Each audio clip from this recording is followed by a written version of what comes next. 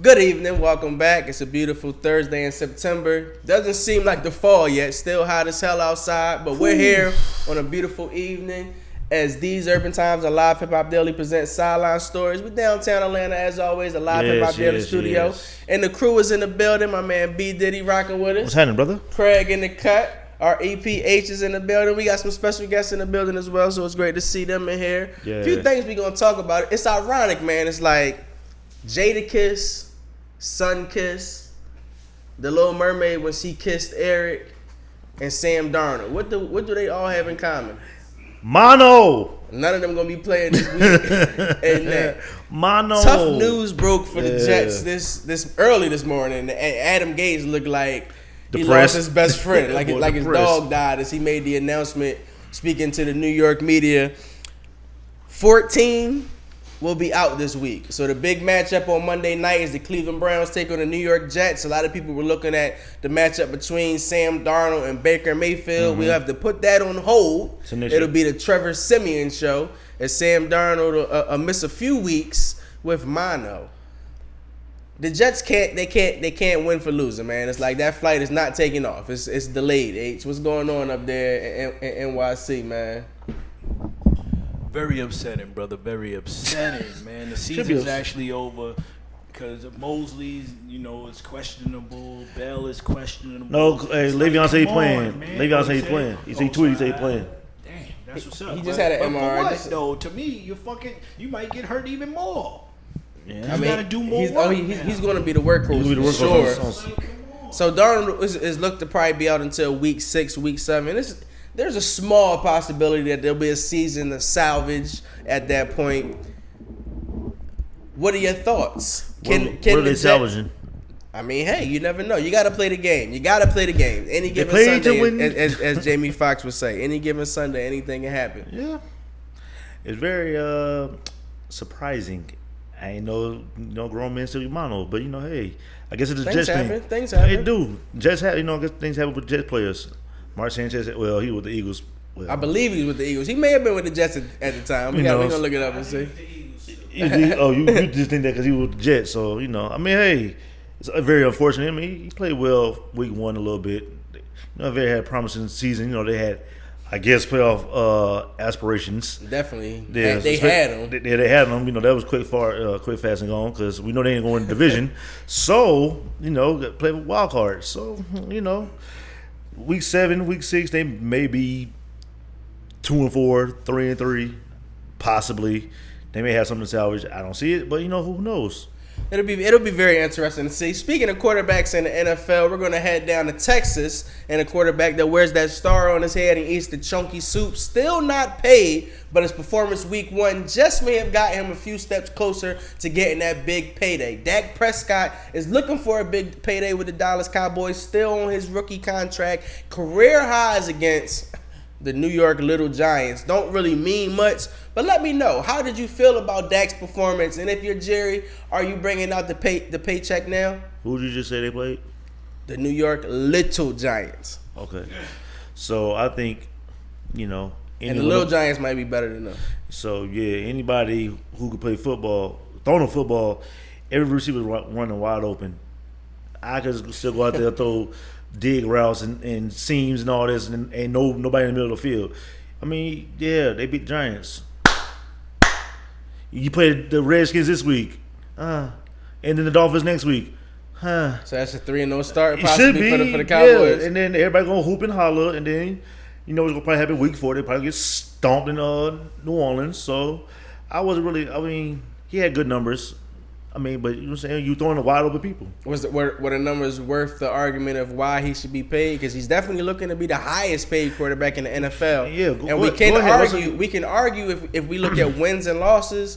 Some of the quarterbacks who have been paid recently, the Jared Goffs of the world, Dak's put up better numbers than some of the cats who have gotten these big deals. So okay, so you said one who's been to the Super Bowl, and the second one who was on his way to winning the MVP but got hurt. Missed me with all that. I'm just saying. I know that, and it have the availability is your best ability. It is exactly, and also availability having number 21 right next to me too. Who makes everything feel? It's a factor with everything. We're gonna talk about Jared Goff. We got to talk about Sean McVay. So I mean, everyone has. Okay, who's more important? Who is more important to those teams? I would actually say that McVay and Gurley are more important to the Rams than Zeke is to Dak's performance. So we've seen Jared Goff hold his own a little bit without Gurley. Look at Dak's number. Okay, what did they do in the Super Bowl again? If I'm not mistaken, did they get a touchdown? No. No. we don't bring a Super Bowl. That game was. But that was the last time that a notable. That's when he had to carry. So I'm not buying. He played well. He played well at week 1 yesterday. Last week. Carolina on the road. So did Brown. The other runner. I'm not buying that play. That's all I'm saying. I'm not buying Jared. I'm not so sold on Dak like everybody else is. Everybody's on the high horse. I understand that. Everybody's on the high horse just because the Cowboys won week 1 and everybody been listening to Skip Bayless bloviate for the Dallas Cowboys. Like Shannon been saying, it's week 1. It is week 1. It's week 1 for them. You did what you're supposed to do. You beat the Giants. You did what you're supposed to do. Well, possibly do what you're supposed to do on Sunday, and then the next week, when your tough stretch comes, then you make me a believer. But till then, I ain't sold on them. We're gonna revisit that question and see what's going on, man. Have you been to a newsstand this week? Did you do any reading? See what's going on up in Wall Street? Sept out in Brooklyn. He's wearing number 7 now. He has some interesting things to say in the Wall Street Journal. Now, Kevin Durant is no longer in the Bay. He took the flight across the nation, and he's now in Brooklyn, the mecca to some of basketball. It's a new look for Durant. We don't know if we'll see him on the court next year now. Possibly. Yeah, possibly. We're hearing he's making all type of medical miracles happen right now. So we'll see if he actually does suit up in a Brooklyn Nets uniform. But he opened up about his feelings on the Warriors. He opened up about why he decided to wear the number 7. Some very interesting topics from Kevin Durant. I'm quite sure. Well, I'm not quite sure. How did you feel when you read the article and kind of heard his thoughts about Golden State and just kind of his perspective on his basketball world right now? He said a lot of stuff I've been saying. I've always said he was never going to be part of the trio for real. But I still don't understand. I can't knock him at how he felt. I don't understand why he felt, like he wasn't in that. Because he wasn't ingratiated, man. There's always a difference. I do understand that. You wasn't shooting with them in the gym. You came along for the ride. You know what I'm saying? Just like when you balling, your regular chick is with you for the come up. Then you drop her, then you get this new shiny thing. So that's kind of what he did, to say the least. So I can understand that. Now, him going to Brooklyn, I can understand why he did it. You say Kyrie's his best friend. So now he's still looking for acceptance. That's what I think. And I think the incident that happened in Oklahoma, which, they kind of messed it up. He probably he said he would have went back. He would have went back eventually to Oklahoma City, but y'all burned that bridge. Not even just the fans not talking to him, the people in the organization, the ushers, and it was like Cash was just like damn, like. I mean, but bro, you can't say it's fake when you did what you did, and you can't get mad with how they feel. Like, yeah, bro, they still hot. Well, probably not now, but they were hot at you at the time. Like, you went to the team that you was up 3-1 on. You was 48 minutes away from going to the championship, possibly winning the finals, possibly. But then you lose that not 1, not 2, not 3, 4 straight times. Well, 3 straight times, and you could have got to go to the championship. But you leave that and they go to say make it easier. So that's why everybody, I guess he's coming to the realization that he's finally coping with that. That people still hide him with that. That's my personal opinion. I ain't mad at that. It'll be interesting to see how long it takes for Durant to actually be in a net uniform. I say by March. What they look like when he actually gets on the court. There are some talented players there. Kyrie, as we mentioned. Torian Prince is there now. You got the cat. Karis LeVert. Yes, it's a lot of talent. Dinwiddie's still up. Jared Allen and Joe Harris. DeAndre Jordan. So it's some talent out there. See if they can make some noise in the East with or without KD. And then finally, man, in the world of basketball, I don't know what the hell is going on with Team USA. The Stanks, that's what they are. But they've lost 2 in a row today to Serbia, and they can finish no better than 7th. KD? KD 7? What what can we say about this? This is the worst that they finished ever when NBA players have been involved. Is it time for them to let college players possibly play in these games? No. Is there the same problem?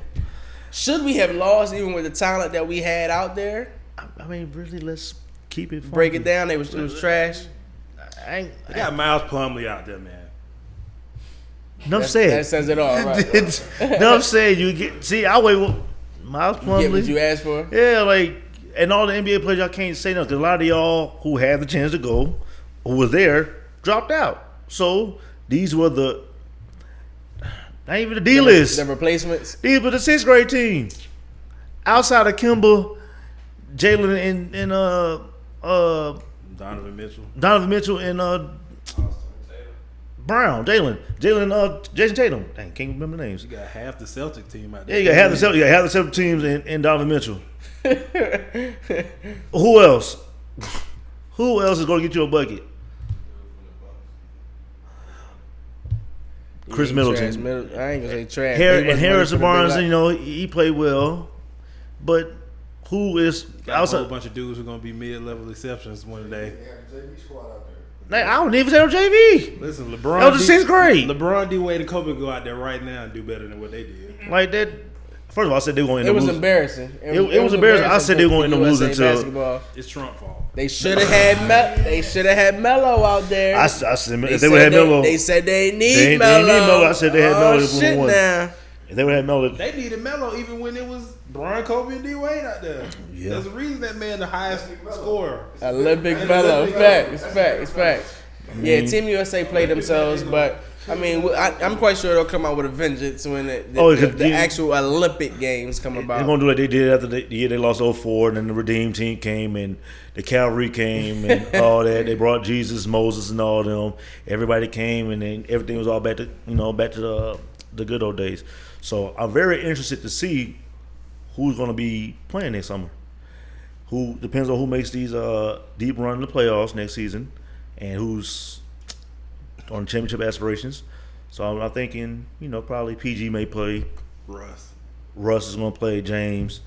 Braun may be a player. Braun might be done. Yeah, Braun may be. Yeah. AD's going to play. AD going to play. Run the point.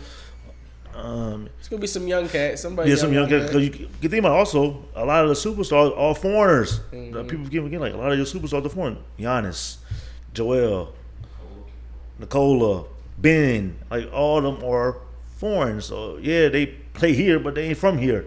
International Hove, I told you so. It'll be interesting to see what Team USA do. We got a lot more show to continue right here on Live Hip Hop Daily. It's These Urban Times. Live Hip Hop Daily presents Sideline Stories. Take a brief break, and then Craig is going to join us at the desk. I know he's got a lot to talk about a new bill that's taking place in California that might help young players get paid. Young player get paid. Money. I also know he wants to vent about Tennessee and Florida State, so it'll be interesting. Stay tuned. You want to vent about that? Nah, I'm telling you. You want to vent about the state, Live Hip Hop Daily.